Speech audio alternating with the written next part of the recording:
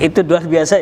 Tapi uniknya mereka bisa memahami kualitas bahasa Arab yang ditulis oleh Ibnu betul, Khaldun. kualitas keilmuan dan kualitas intelektualitas Eropa jelas di atas rata-rata, Pak. Kan mereka juga dewa penelitian masalahnya. Yes, profesor banyak. Iya, ketemu dengan penelitian lagi. Ini makanan saya. Ini enak nih makanan nih. Kan begitu. Coba kalau ketemunya sama negara yang penelitian tidak jadi bahan utama. Ya, yang lembaga penelitiannya menjadi masalah gitu. Itu kan. Iya, adalah begitu. Kan jadinya turun tuh. Iya. Bahkan ini apa maksudnya, ini nggak jelas ini kan gitu, karena dia tidak basi. Nah, ketemu di Eropa yang memang penelitian itu menjadi Tuhannya. Oke. Wah, ini pas Kebiasaan mereka gitu ya. kebiasaan begitu. Mereka terkagum-kagum tidak hanya sebatas masalah tentang ilmu sejarah. Nah, kenapa ilmu sejarah didahulukan oleh Ibnu Khaldun? Karena orang sebelum meneliti, kata beliau, orang sebelum meneliti kemasyarakatan, masyarakat dan komposisi sosiologisnya, orang harus menghubungkan itu dengan pengamatan histori. Nah, kalau pengamatan historinya keliru, maka orang tidak akan mampu meneliti masyarakat dan peradaban secara benar. Muncullah teori itu, maka dia diawali dengan ilmu sejarah. Kalau ilmu sejarahnya sudah rusak, maka tidak akan beres setelahnya. Ya? Makanya saya bilang tadi, sejarah Ibnu Khaldun dan pemikiran sejarahnya. Yes, itu benar. Inilah pemikiran sejarah. Dia harus diawali karena dua komposisi itu harus saling ada keterkaitan tentang koheren meneliti. gitu ya. Ya, ada koheren.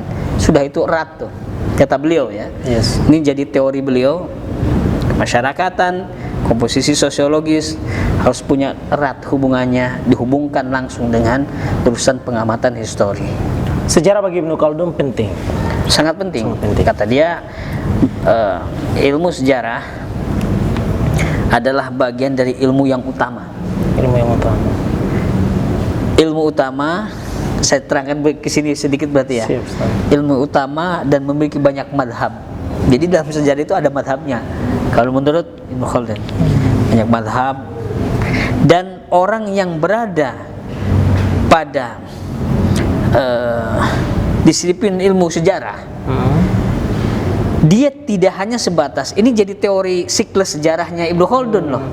Dan ini teori ini ada teori introducer juga ini. Teori pertama pionir nih. Dasar juga. Iya. Awal juga. Ibnu Khaldun meletakkan dasar teori siklus sejarah. Nanti yang akan muncul ke sini ada banyak disiplin ilmu yang muncul gara-gara itu. Iya. Memicu banyak ide baru dan memicu banyak disiplin ilmu ketika melihat dan meletakkan dasar siklus sejarah yang dimaksudkan oleh Ibnu Khaldun. Contoh kata dia bahwa seorang sejarawan dia sedang memikul tanggung jawab yang besar karena ilmu sejarah ada ilmu yang utama kata beliau. Maka tidak hanya sebatas penukilan tentang narasi sejarah, tidak hanya sebatas itu, tapi harus dia membawa sejarah itu di atas penelitian, pengamatan, pengkajian, kemudian digabungkan dengan beberapa komposisi. Komposisi apa? Yaitu disesuaikan dengan prinsip-prinsip politik, prinsip-prinsip adat, prinsip-prinsip dan tata peradaban di waktu itu. Jangan menghubungkan, menganalogikan masa kini dengan masa yang lama. Oke. Nanti jika tidak melakukan itu, maka kata dia tidak aman dari kekeliruan di dalam penukilan sejarah dan narasi sejarah. Banyak yang terjatuh orang ke sana ketika hanya di dalam proses periwatan penukilan sejarah. Oleh karena itu dia menyebutkan sekelas tokoh-tokoh besar saja. Dia sebutkan tokoh besar seperti Imam At-Tabari, ya, kemudian Imam yang sekelas itu adalah Mas'udi, ya. Nah, Mas'udi itu jadi sorotan dia. Itu sekelas sejarawan ya, sejarawan Muslim. Tapi menjadi sorotan bagi dia bahwa ketika dia hanya menukil tanpa memperoleh banyak hal tadi yang saya sampaikan, komposisi yang disebutkan oleh Ibnu Khaldun, maka banyak terjadi kekeliruan. Dia kasih contoh kekeliruannya. Salah satu contohnya yang disebutkan Al-Mas'udi, dia mengutip tentang peristiwa Nabi Musa membawa pasukan. Hebat ini dia, Ibnu Khaldun melihat bahwa dia tidak menggunakan prinsip-prinsip yang disebutkan Ibnu Khaldun. Mas'udi membawa cerita periwayatan bahwa Nabi Musa membawa satu pasukan besar, ya, pasukan Israel maksudnya, yang jumlahnya mereka pasukan itu di luar dari, selain pasukan itu 600.000 pasukan. Bani Israel maksudnya. Bani Israel. Ini Bukan pasukan Israel utama itu. ini.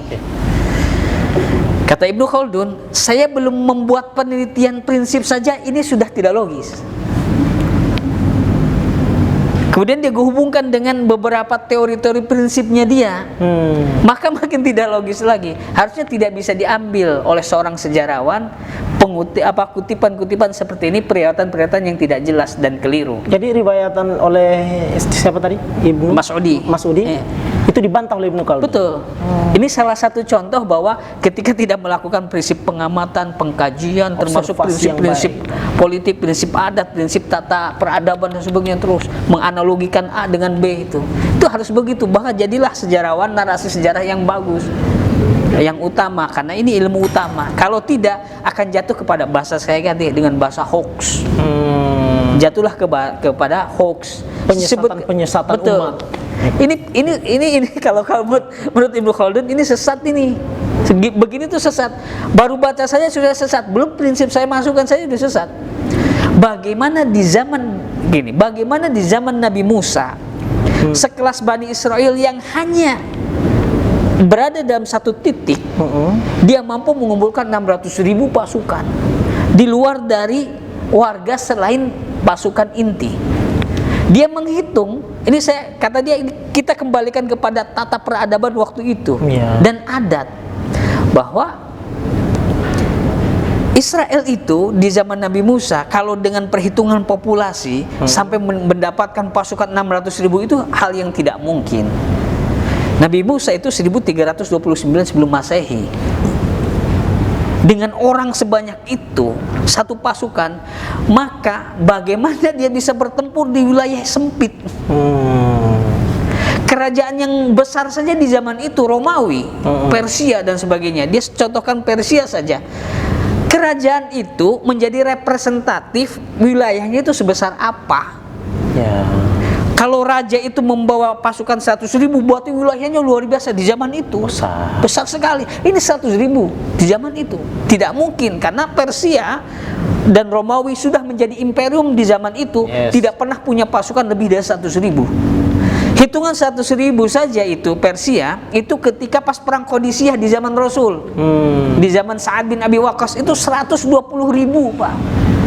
Di zaman itu saja 120.000. Bagaimana dengan zaman Nabi Musa 13 abad ke-13 sebelum Masehi, sudah mampu mengumpulkan 600.000. Ini baru satu prinsip kita lakukan, kata dia, pengamatan. Ini belum ngomong tentang siapa yang meriwayatkan, ini belum. Oke. Satu prinsip saja sudah keliru ini. Oke, baik. Ini contoh ya. Jadi overload gitu. Beliau sangat detail, katanya, melihat bahwa sejarah ini ilmu utama, jangan dirusak di sini. Nanti kita sebutkan teori ke bawah. Nah, ini jadi satu teori itu. Prinsip-prinsip itu adalah teori-teori yang diletakkan oleh Ibnu Khaldun.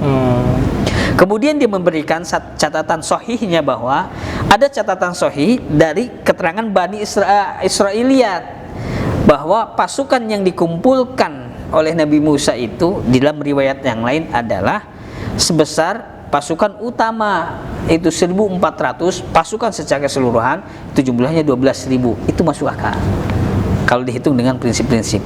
Kemudian barulah nanti dihitung dengan periwayat-periwayatnya. Selain narasi, dihitung dengan periwayat. Ini masuk dalam teori siklus sejarah berikutnya oleh Ibnu Khaldun. Kata beliau, cerita yang kedua ini masuk sesuai dengan prinsip-prinsip yang ditetapkan oleh Ibnu Khaldun. Nah, kata Ibnu Khaldun, masuklah bahwa setiap narasi sejarah itu tidak semata-mata berbicara tentang cerita dan peristiwa, akan tetapi di dalamnya ada setting sejarah yang dimaksud dengan subjek sejarah. Jika subjek sejarahnya itu dihilangkan dari narasi sejarah, maka kita akan banyak mendapatkan kekeliruan. Kalau ada peristiwa A, maka yang menjadi inti dari narasi sejarah itu dua: ceritanya itu sendiri, yang kedua adalah siapa yang menarasikan sejarah itu. Inilah yang dibuat kritikan oleh Ibnu Khaldun. Di zaman itu belum ada orang yang membuat periwayatan menjadi kritikan. Dikritiklah ini, bahwa yang meriwayatkan sejarah itu perlu diketahui karena akan menentukan kualitas narasi sejarah. Dia sebutkan sebagai nilai intrinsik, ada nilai ekstrinsik, ada nilai intrinsik. Kalau nilai intrinsik itu adalah tadi dimensi tentang narasi sejarah dan subjeknya. Karena ini bersifat subjektivitas, maka perlulah keluarkan kritikan. Kritisisme itu belakangan muncul di dalam bentuk filsafat, maka adalah filsafat sejarah. Filsafat sejarah itu pertama peletak dasarnya Ibnu Khaldun. Oh gitu. Iya. Jadi ketika munculnya nilai subjektivitas dari narasi sejarah adalah dimensi kritikan. Kritisisme itu munculnya di filsafat. Nah, filsafat itu harus diolah karena ini sejarah menjadi filsafat sejarah. Filsafat sejarah itu tidak melulu memfilsafati peristiwa satu dengan peristiwa, bukan.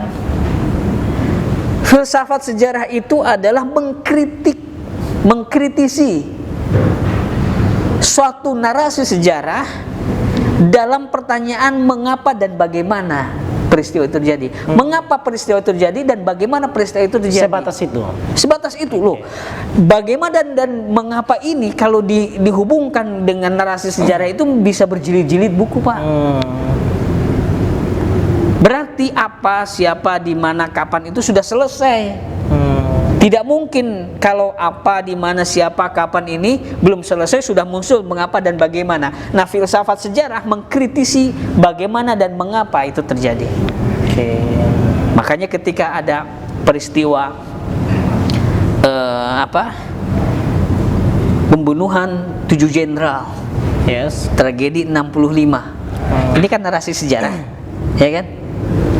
Kata Ibnu Khaldun, kalau ada narasi sejarah seperti ini nilai intrinsik. Subjeknya siapa? Artinya siapa yang menarasikan sejarah ini? Makanya Orde Baru, Orde Lama, Orde Reformasi tentang sejarah peristiwa pembunuhan ini kan beda. Benar nggak? Makanya karena tadi muncul subjek si narasi sejarah ini. Subjek narasi sejarah ini bersifat subjektivitas. Maka perlu dikritisi, kata Ibnu Khaldun ini. Kalau sudah dikritisi, masuklah dalam filsafat. Harus dibedah dalam filsafat, yaitu filsafat sejarah. Hari ini filsafat sejarah itu muncul dari teori itu. Karena tidak mungkin ini akan punya nilai dan kualitas yang bagus kecuali orang atau settingan sejarah atau subjek sejarahnya harus dibuka. Ini akan rusak, bahkan jadi hoax. Itu yang dikritisi di zaman Ibnu Khaldun tentang sejarah. Padahal beliau bukan ahli sejarah, tapi dia meletakkan banyak teori di situ. Berarti keras beliau ya? Sangat keras tentang ilmu sejarah, karena di zaman itu dia sebutkan bahwa banyak para sejarawan yang hanya menukil periwayatan tanpa mengecek siapa tadi, tanpa mengecek subjeknya, subjek narasi sejarah. Sehingga ini akan muncul dan tidak aman dari kekeliruan.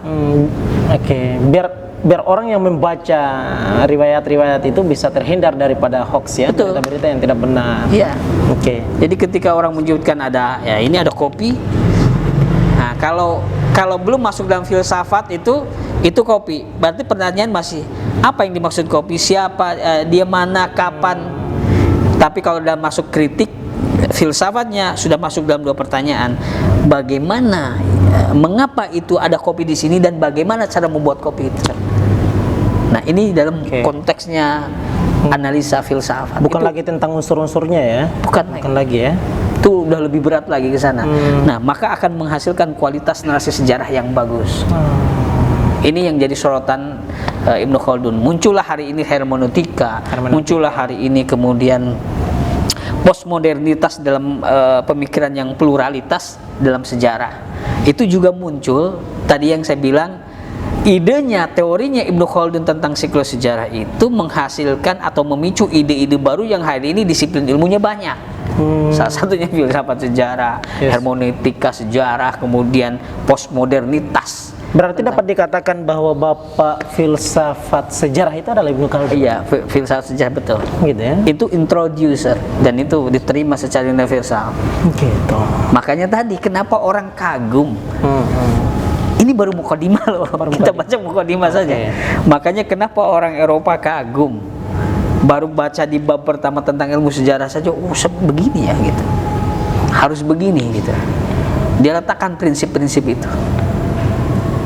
Dan yang mengagumkan lagi, ya kita potong saja ya.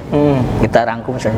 Yang mengagumkan lagi kata beliau, ini hasil pengamatan beliau bahwa narasi sejarah itu di zaman dia dan di zaman sebelum dia, khususnya di orang Arab, menjadi alat kekuasaan di dalam membuat kebijakan, membackup dan mendorong seluruh urusan-urusan kekuasaan kepada rakyatnya. Masuklah sejarah ini dalam unsur politik. Makanya sejarah selalu disetir oleh kekuasaan. Itu ucapan Ibnu Khaldun itu. Itu teori Ibnu Khaldun itu. Betul. Jadi sejarah ini selalu disetir oleh kekuasaan. Oke. Layak dia maju jadi seorang presiden, orang bapaknya itu adalah dirubah itu. Dan itu menguasai sejarah, dia menjadi materi-materi politik. Betul. Gitu. Oke. Ditariklah dalam konsepsi politik ya, di dalam materi sejarah untuk menjadikan alat kekuasaan. Ya. Jadi sejarah memang menjadikan alat kekuasaan untuk membuat kebijakan. Makanya bisa kita katakan babat tanah Jawa, ya, terus apalagi itu para keraton dan sebagainya, itu buku-buku atau naskah-naskah kuno Jawa, saya yakin tidak akan keluar itu naskah kecuali dikarenakan ada sejarah yang disetir oleh kekuasaan. Kalau sudah masuk dalam setir kekuasaan, otomatis sesuatu yang tidak sesuai dibuang, sesuatu yang menjelekkan kekuasaan tentunya harus dihapus, yang tidak menguntungkan hilangkan. Dan itu adalah bagian dari teori Ibnu Khaldun. Makanya fungsi dan dia menunjukkan fungsi sejarah ketika dijadikan fungsi politik maka jadi alat kekuasaan. Nah, termasuk juga nilainya ketika nilai sejarah sudah dipalingkan, itu juga adalah untuk memberikan kebijakan-kebijakan tertentu menekan rakyatnya. Ini sejarah memang yang akan nantinya menyengsarakan. Bisa juga. Makanya kata Ibnu Khaldun, hati-hati dengan narasi sejarah dan subjeknya itu tadi. Nah, berarti kejawab ya. Prinsip yang diletakkan oleh Ibnu Khaldun, karena Ibnu Khaldun melihat sejarah ini, kalau narasi sejarah dan subjeknya dibiarkan seperti itu, gampang sekali kemudian ketika ditarik politik jadi alat kekuasaan. Pasti begitu. Muncullah teori-teori ahli hari ini yang disebut dengan strategi kuasa. Strategi kuasa itu adalah untuk relevansi dari pemikiran Ibnu Khaldun, bahwa ketika dijadikan konsepsi politik maka jadi alat kekuasaan, itu ada jadi strategi kuasa. Maksudnya adalah pemerintah selalu mengatakan jangan baca buku ini, jangan baca buku itu, jangan begini, itu bahaya. Permasalahan bahayanya bukan ketika membaca buku itu bahaya bagi dirimu, bukan. Tapi jika itu buku dibaca, kau faham dan kau mengerti di dalamnya tentang apa yang ditulis di dalam buku itu, maka membahayakan kekuasaan. Kan begitu. Itulah strategi kuasa. Maka penguasa harus membuat strategi bahwa bagaimana caranya orang keluar dari yang menjadikan bahaya bagi kekuasaan. Ya tentunya kalau ini terlepas dari pemikiran ya. Ya tentunya ketika semua orang ramai-ramai membaca sosialisme ya dan sebagainya, atau mungkin pemikiran-pemikiran yang ke arah kiri, orang paham di situ, ya tentunya jelas developmentalisme kapitalis yang diusung oleh Soeharto jelas itu akan hancur kan. Makanya harus muncul strategi kuasa, gunakan juga sejarah, dirubah narasi dan subjektivitasnya, dirubahlah, keluarlah dari kritikan-kritikan sejarah itu tuh. Panjang lebar biografi dan perjalanan ya dari sosok tokoh besar ini, gitu, tokoh dunia gitu ya. Nah, tokoh dunia sudah tersampaikan tadi, dan saya kira mungkin kita cukupkan dulu untuk pembahasan mengenai tentang biografi Ibnu Khaldun pemikiran sejarah beliau dan pemikiran sejarah beliau ini luar biasa.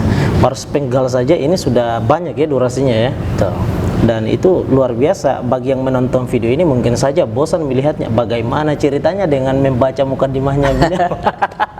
Nanti kita masuk ke subbahasan berikutnya. Iya. Baik, intinya teman-teman semua ini adalah sesi pertama, session 1 dari pembahasan specifically ya dari Ibnu Khaldun. Jadi dan kita akan membahas terus, kita akan menyediakan sesi-sesi selanjutnya mengenai pemikiran Ibnu Khaldun itu sendiri. Dan tentu ya semoga saja teman-teman menyukai apa yang hari ini kami bahas, dan saya kira teman-teman pun juga harus wajib untuk kemudian mengetahui hal ini gitu. Artinya jika teman-teman melihat apa yang hari ini kita perbincangkan, jika ada yang ingin diperdebatkan silakan saja gitu Ustaz ya. Betul. Ya. Jadi teman-teman semua, kami akan selalu menyediakan konten-konten yang sebagaimana yang hari ini kita perbincangkan, specifically tentang Ibnu Khaldun dan juga dengan tokoh-tokoh yang lain.